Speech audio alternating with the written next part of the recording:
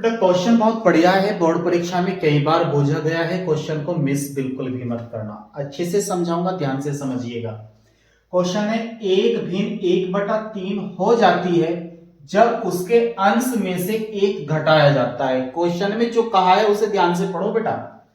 एक भिन्न 1/3 हो जाती है जब उसके अंश में से एक घटाया जाता है, और वह 1/4 हो जाती है जब हर में 8 जोड़ दिया जाता है, तब वह भिन्न क्या है।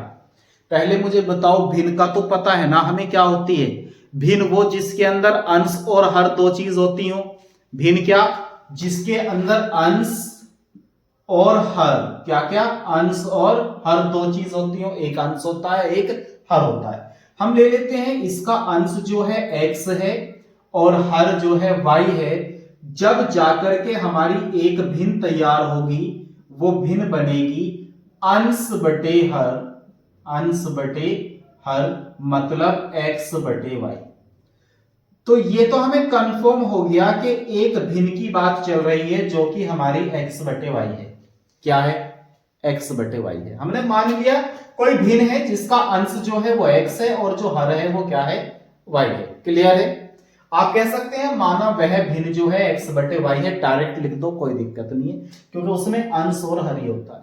लेकिन ध्यान इस बात पे देना है, क्वेश्चन कह क्या रहा है? एक भिन्न 1/3 हो जाती है। देखो जी, प्रश्नानुसार, प्रश्नानुसार पढ़ेंगे। एक भिन्न 1/3 हो जाती है, कोई भिन्न है, वो भिन्न 1/3 हो जाती है जब उसके अंश में से एक घटाया जाता है। तो हमने मान लिया एक भिन्न है x बटे y, यदि हम उसके अंश में से एक घटा दें तो वो कितनी हो जाती है? 1/3 हो जाती है। क्वेश्चन समझ में आ गया बेटा क्या कह रहा था? एक भिन्न 1/3 हो जाती है, 1/3 हो जाती है जब उसके अंश में से एक घटाया जाता है। हमने माना वो भिन्न x बटे y।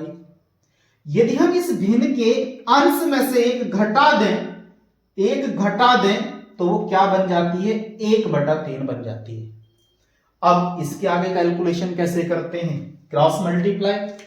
3 की मल्टीप्लाई करेंगे, 3x माइनस 3 एकम 3 बराबर क्या होगा? y इधर आया, 3x माइनस y, 3 उधर गया, प्लस के 3, समीकरण नंबर 1 बनकर तैयार हो गई।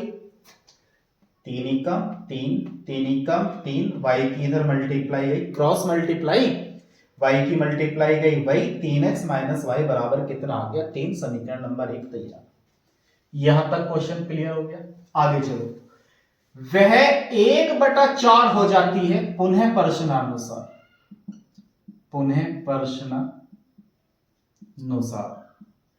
क्या कहा क्वेश्चन में?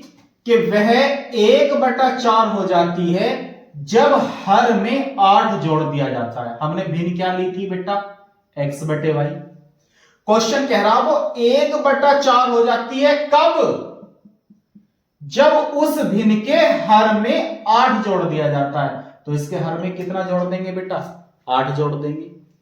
क्रॉस मल्टीप्लाई करेंगे, 4 की मल्टीप्लाई x में होगी, 4x बराबर, इसकी इधर करेंगे y प्लस के 8, y इधर आया, 4x माइनस के y बराबर कितना होगा? 8, समीकरण कौन सी बनकर तैयार हो गई? सेकंड। अब हमारे पास में दो तरीके हैं, या तो हम इसे प्रतिस्थापन विधि से हल कर लेंगे या हम इसे विलोपन विधि से हल कर लेंगे। सबसे आसान तरीका दोनों समीकरण में लगाने के लिए रहेगा विलोपन। तो हम लिखेंगे समीकरण फर्स्ट व सेकंड से। फर्स्ट समीकरण हमारे पास क्या है और सेकंड क्या है, इसे देख लेंगे।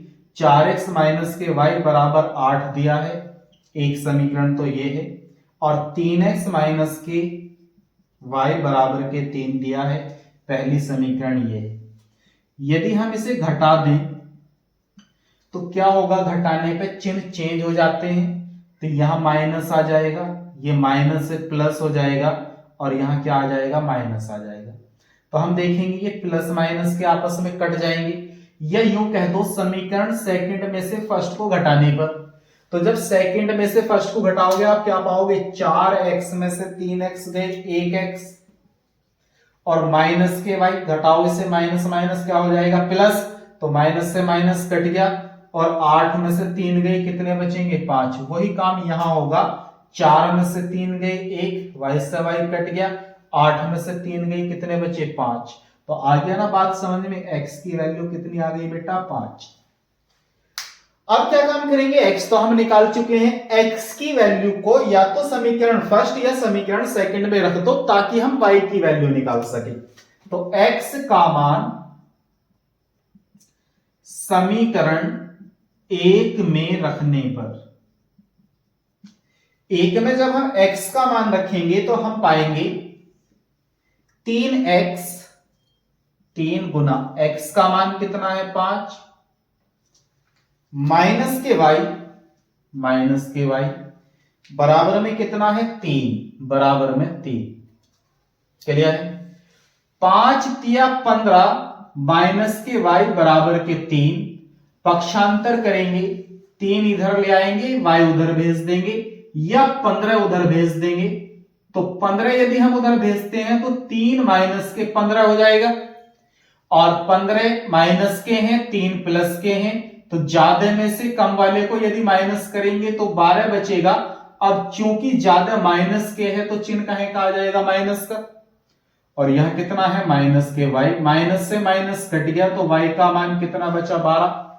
हमने भिन्न क्या ली थी बेटा, भिन्न ली थी x बटे y, हमारी x की वैल्यू भी आ गई और y की भी आ गई।